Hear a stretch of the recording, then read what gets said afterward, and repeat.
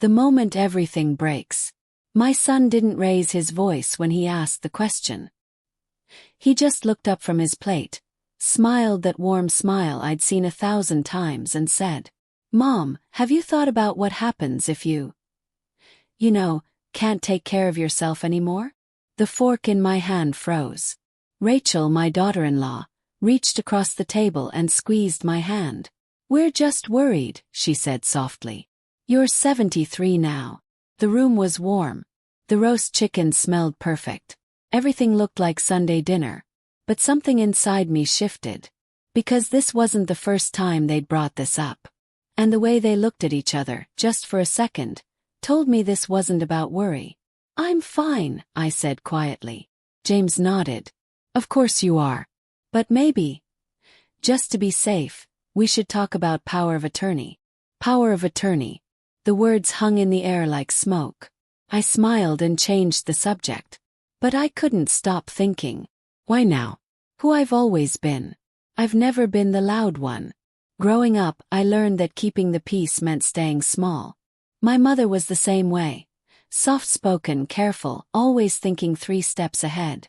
When I married Robert, I thought I'd finally found my voice. But Robert died 6 years ago. And suddenly I was alone in this house. The house we built together, the house where I raised James. James was my only child. And for a long time that felt like enough. But somewhere along the way, I became invisible again. The calls got shorter. The visits felt transactional. And Rachel. She smiled, but her eyes were always calculating something. Still, I told myself I was imagining things. Mothers worry. Mothers overthink. That's what we do. But then the questions started. How much is the house worth now? Do you have a retirement account? Who's listed on your will? I answered them all. 'Cause they were family. And family doesn't lie. Right. The family that looked perfect. From the outside we were everything a family should be. Holiday photos. Birthday dinners. Smiling faces. But I always felt it, this quiet distance. Like I was part of the set but not part of the story. When James graduated college, he thanked his professors, his friends, his mentors. He forgot to mention me. "You know I appreciate you, Mom," he said later. "I just got nervous." When he married Rachel, she made it clear from the start. I was welcome in their life. As long as I didn't interfere. And I didn't. I showed up when invited. I left when dismissed. I learned to read the room. Robert used to say, "You're too kind, Margaret. People will take advantage." I'd laugh it off. Now I wonder if he was right. Because lately, every conversation felt like an interview. Every visit felt like an inspection. And Rachel's questions. They weren't just curious. They were invasive. "Do you ever forget things? Have you been taking your medication? You seem a little off lately." I wasn't off. I was being studied. The world where I'm still myself. Outside this house, I'm not invisible. I volunteer at the library 3 days a week. I take watercolor classes on Thursdays. I meet Linda and Susan for coffee every Saturday morning. Linda knows me. She sees me. When I told her about James and Rachel's questions, she didn't dismiss it. "Margaret," she said carefully, "that sounds like they're building a narrative." "What do you mean?" "Like they're trying to make you seem incompetent." I laughed it off. But her words stayed with me. Because the truth was, I wasn't forgetful. I wasn't confused. I was sharper than I'd ever been. And maybe that was the problem.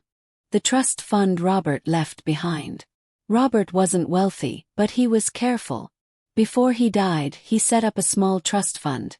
Not for me, but for our future grandchildren. James knew about it. We discussed it years ago. But recently Rachel started asking about it. How much is in there? Who controls it? Can it be accessed now? I told her the truth. The fund was locked until a grandchild turned 18, or until I passed away. Her smile tightened. That seems complicated. It was Robert's wish, I said. She didn't bring it up again. But James did. Mom, we need to talk about your finances. Why? Because if something happens to you, we need to know where everything is. Something. That word again.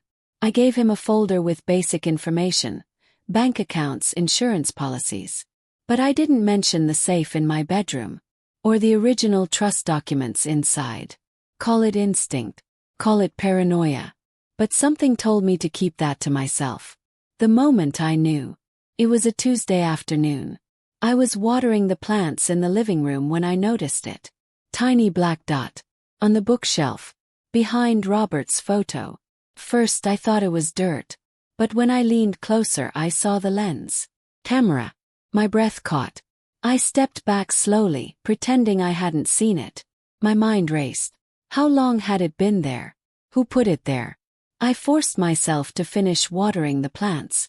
I smiled at the camera. Acted normal. But inside I was screaming. That night I searched the house. I found 3 more cameras. One in the kitchen, tucked behind the clock. One in my bedroom, hidden in the smoke detector. One in the hallway, mounted in the air vent. They'd been watching me. For months. I sat on the edge of my bed, staring at the ceiling. And then I understood. This wasn't about worry. This wasn't about care. This was about control. They were building a case that I was unfit, confused, unsafe. And once they had enough footage, they'd use it to take everything. The house, the trust, my independence. I didn't cry. I didn't panic. I just thought, if they're watching me, then I'll watch them back. Linda's warning. I didn't tell Linda everything, but I told her enough. Margaret, she said quietly, her coffee cup frozen in midair. That's illegal. That's surveillance. That's elder abuse. I know. You need to call the police. Not yet. Linda stared at me. What do you mean, not yet? Because if I call now, they'll deny it. They'll say I'm paranoid. They'll use it against me. Linda's eyes filled with tears. So what are you going to do? Took a breath. I'm going to let them think they've won. Linda reached across the table and squeezed my hand. You're stronger than you know. Smiled. But I wasn't feeling strong. I was feeling something else. Clarity. The line I drew. I went home that night and made a plan. Step 1, act normal. Smile for the cameras. Play the role. Step 2. Gather evidence. Document everything. Step 3. Find proof of their intent. I wasn't going to be loud. I wasn't going to be reckless. I was going to be patient. Because if there's one thing I'd learned in 73 years, it's this. The quietest people see the most. And I'd been quiet my whole life. Now was time to use it. The evidence I collected. Over the next 3 weeks, I played my part perfectly. I forgot where I put my keys. I asked James to repeat himself. I left the stove on just once and called him in a panic. And every time I watched their faces light up, like I was confirming their story. But while they watched me, I watched them. I installed a small camera of my own. Hidden in the hallway closet, pointed at the front door.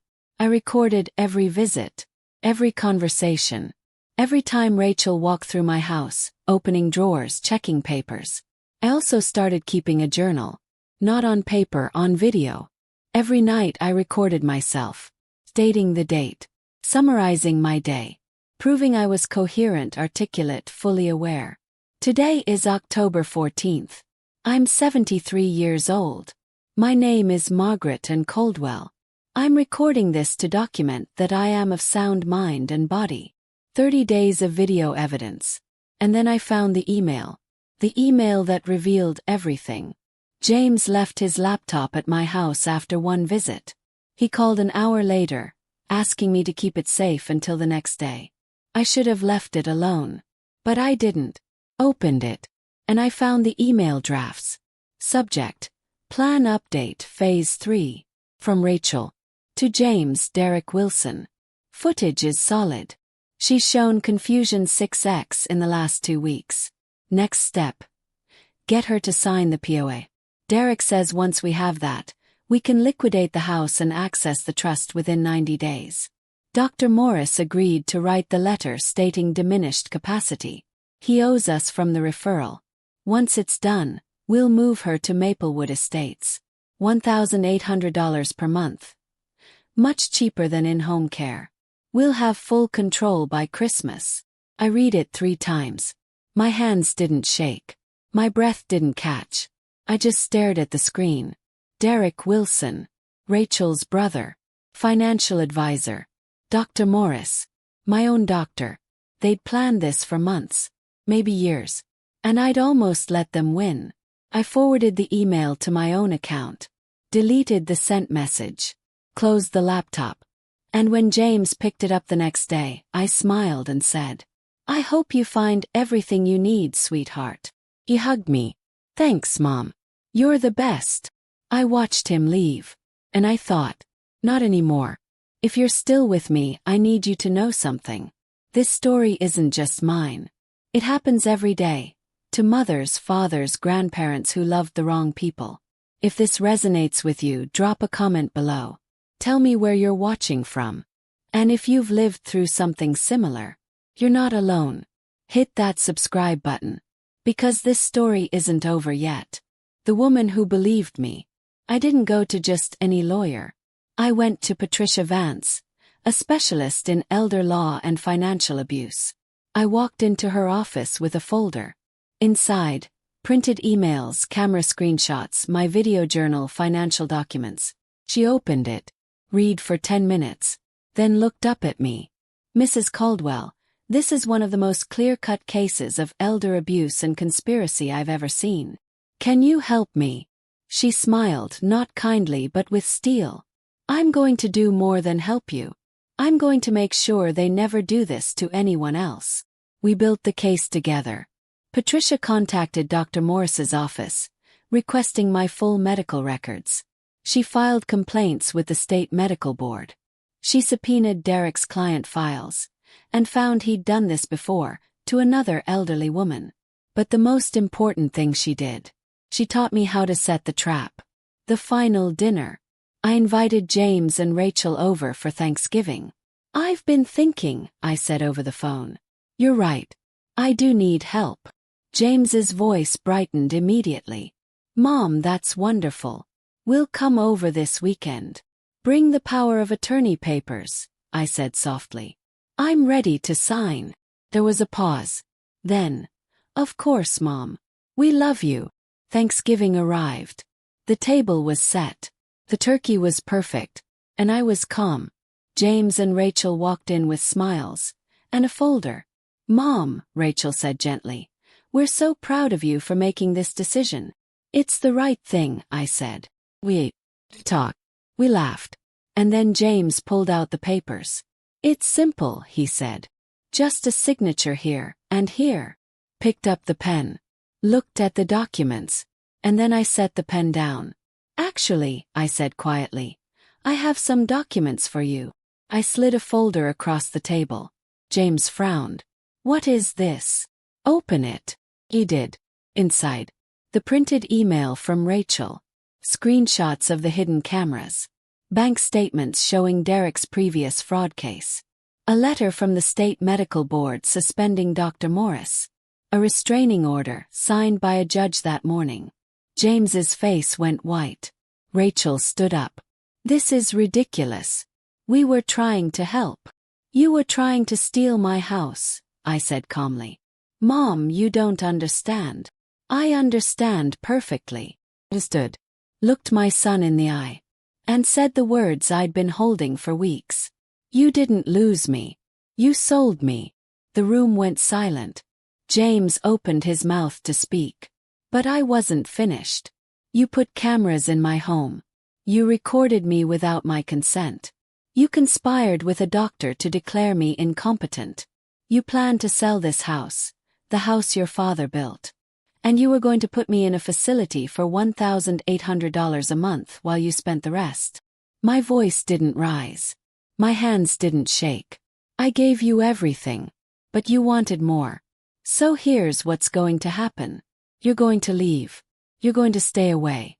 And if you ever come near me again, every piece of evidence in that folder goes public." Rachel grabbed James's arm. "Let's go." But James just stared at me. Mom, I'm sorry. I looked at him, really looked at him. And I said, you're not sorry. You're caught. They left. I stood in the doorway and watched them drive away. Patricia had told me this moment would feel like victory. But it didn't. Felt like grief. Because I didn't just lose my son. I lost the version of him I thought I knew. But I also gained something. Myself. I sold the house 3 months later. Not because I had to. But because I wanted to. I bought a small condo near Linda. Paid cash. Put the rest in a trust. A real one managed by Patricia. The cameras are gone.